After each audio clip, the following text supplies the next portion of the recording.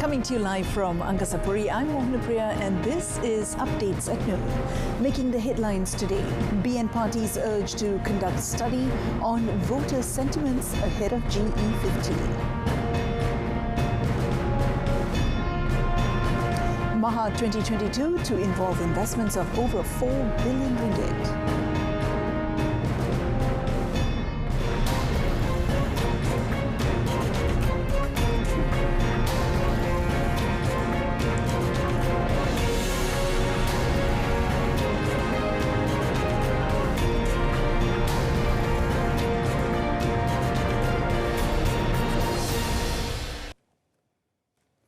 Barisan National component parties are urged to conduct an assessment of voter sentiments so as to gauge their own strengths ahead of the 15th general election. Prime Minister Datuk Seri Ismail Sabri Yaakob said this is important to understand voter sentiments in the mission to restore voters' trust in BN, adding, in addition to ensuring that the assessment of their party's strengths and also of the opposition is based on facts and not emotions. Kita nak kajian sikap yang detail sebab untuk berperang kita kena tahu kekuatan kita dan kita kena tahu kekuatan musuh. Kalau kita saja kira kekuatan kita tak tahu pun kekuatan musuh, akhirnya kita disurprisekan dengan strategi dia yang terakhir. Akhirnya kita kecundang. Datuk Seri Ismail Sabri, who is also UMNO Vice President, said it was also important for all BN members to put a stop to the practice of political sabotage if they are not chosen as candidates in GE15 and also to understand their roles in ensuring a BN win. He said BN must ensure unity prevails within the coalition to win the hearts of the people, in turn establishing a stable government. In addition, the Prime Minister said it was also important for BN component parties to be the voice of the government in disseminating accurate information to the masses, particularly on initiatives taken for the well-being of the people.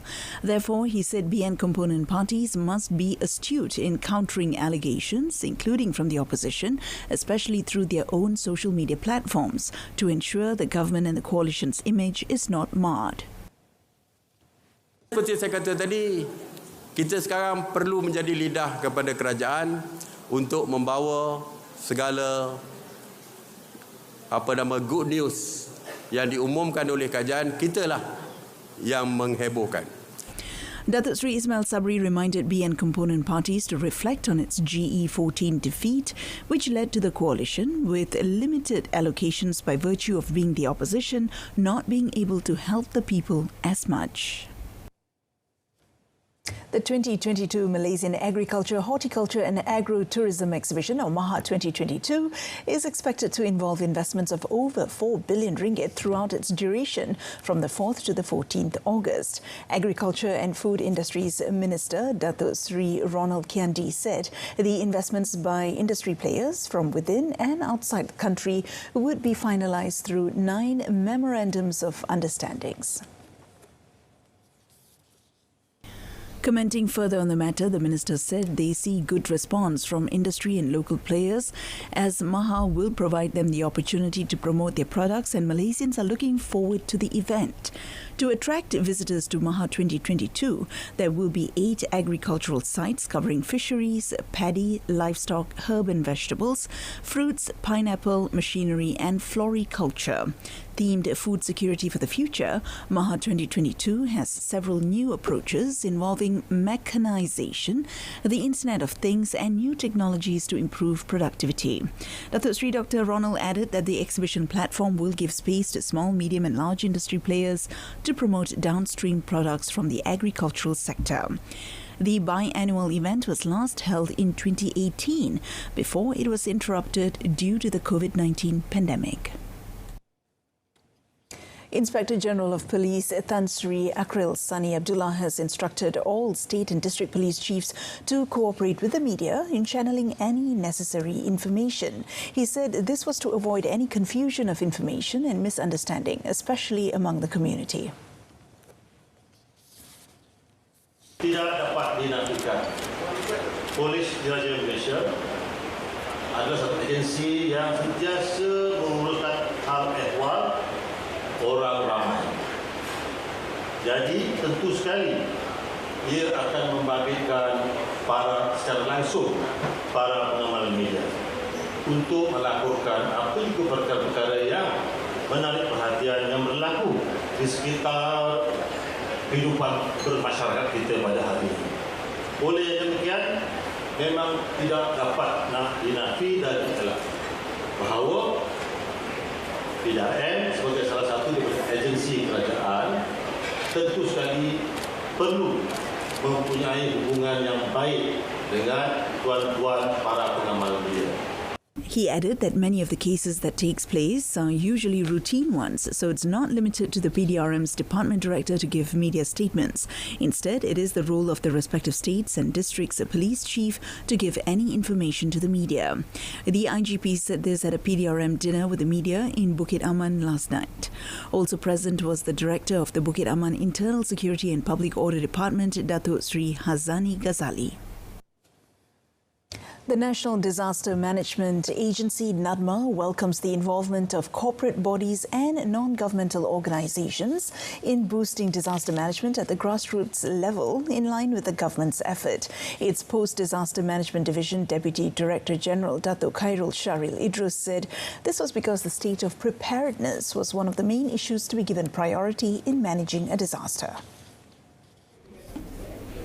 Elaborating further on the matter, Datuk Khairul said all parties, including the state governments, corporate sector and NGOs, could continue with efforts in empowering the community so as to be better prepared in managing a disaster.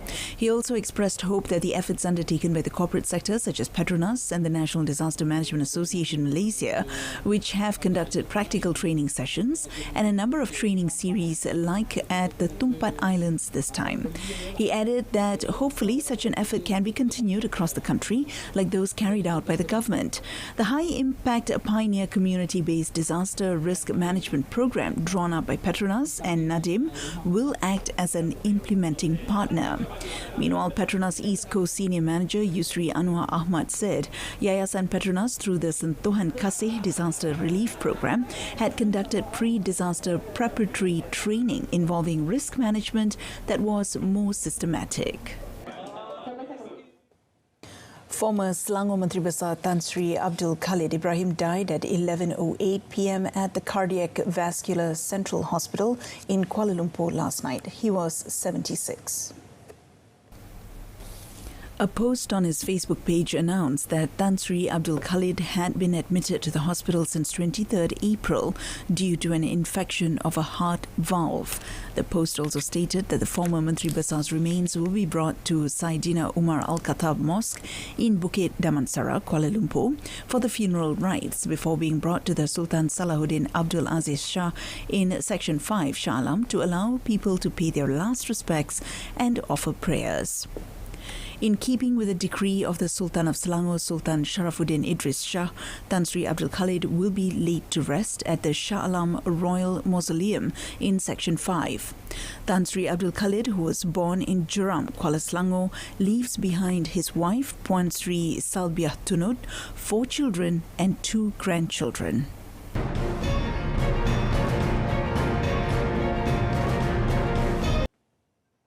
Prime Minister Datuk Sri Ismail Sabri Yaakob has announced an allocation of 1 million ringgit to the Malaysian National Silat Federation, Pesaka, in appreciation of the contribution of Silat exponents and to help Pesaka boost Silat at the international level. The announcement was made during the closing ceremony of the 2022 World Pencak Silat Championship at the Malacca International Trade Centre last night. Saya difahamkan terdapat persatuan silat yang menerima pendaftaran lebih 40 pelajar baru berbanding hanya 4 atau 5 orang pelajar dalam tempoh setahun sebelum ini. Ini jelas menunjukkan pengaruh silat yang memaparkan semangat juang yang tinggi, pembawaan watak persilatan dan adab orang Melayu memberi impak kepada seluruh keluarga Malaysia untuk mengenalinya secara mendalam. The Premier said the organising of the Silat Championship in Malacca was very meaningful as it recalled the Malay-Malacca Sultanate and its many important events related to famous Malay warriors who fought to defend their religion and homeland, especially during its golden era. Datuk Sri Ismail Sabri also praised the impact of the local film Mat Kilau that's currently playing in cinemas in the country for boosting the membership of Silat associations. Meanwhile, Datuk Sri Ismail Sabri has called on Keluarga Malaysia to continue practicing Silat as part of their lifestyle. He said it could help with building good characters and instill positive values into those practicing the martial art. Sesungguhnya silat telah memainkan peranan yang besar dalam memastikan budaya Melayu ini terkenal dan diwarisi di peringkat sejagat.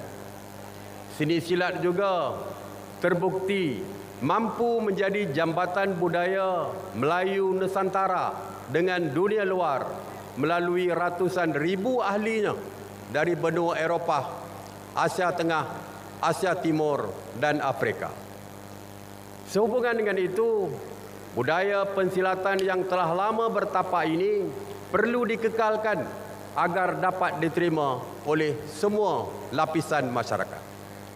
Seni silat bukan sekadar untuk mempertahankan diri, tetapi ia juga membentuk keterampilan dan jati diri mereka yang mempelajarinya.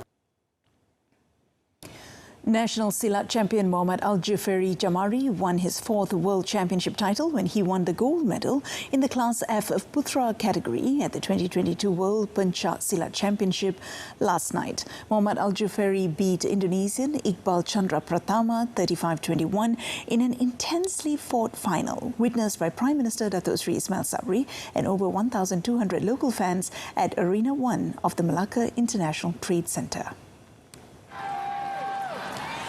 His win means that the target of 7 gold medals set for the championship has been achieved. Penonton memang nak betul saya menang. Jadi saya perlu fokus dalam gelanggang tu. Tapi ikutkan tadi memang ada isu yang semasa saya buat dia jatuh tu. Saya terlebih orang kata menggunakan kekuatan tangan kanan saya ni. Dan ada sedikitlah tercabut bahu saya. Alhamdulillah, semua Allah bantu dengan baik. Masuk dengan sendirinya. Saya rasa tu memang bukan saya yang masukkan, memang Allah yang bantu. Bahu yang cedera ni memang tercabut. Tapi kat sini saya nak beritahu sikit rahsia daripada awal game sampai ke hari ni, final dah menang. Allah je tahu kesakitan saya macam mana. Saya menahan semua bebanan kesakitan ni di dalam diri saya dan saya akhirnya dapat lepaskan di final. Alhamdulillah. Meanwhile, national women's Silat exponent Siti Rahmah Muhammad Nasir's dreams of winning the title in the Class F Putri category were stopped by Vietnamese Quang Thi Tu Nghao, who beat her 35-60 in the final. The next edition of the World Pencak Silat Championship will be held in Indonesia in 2024.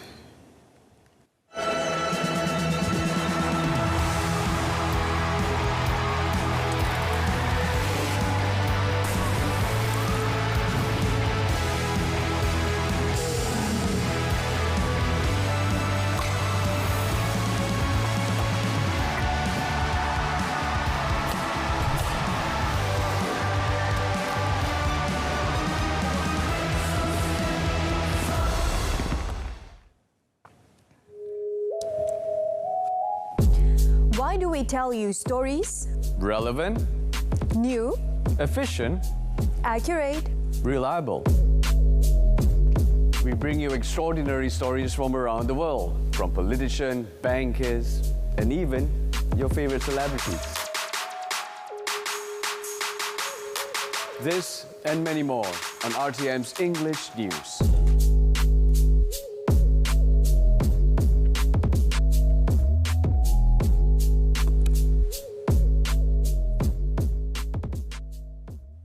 And that concludes updates at noon today. A reminder of our top story: BN parties urged to conduct study on voter sentiments ahead of GE15. Tune in to News at 10 coming up at 10 p.m. on saluran Berita RTM. Let us symbolize our spirit of patriotism and proudly fly the Jalur Gemilang as a gesture of our love for the country to enliven this year's National Month celebrations. I'm Mohana Priya. Salam Keluarga Malaysia. Have a great day.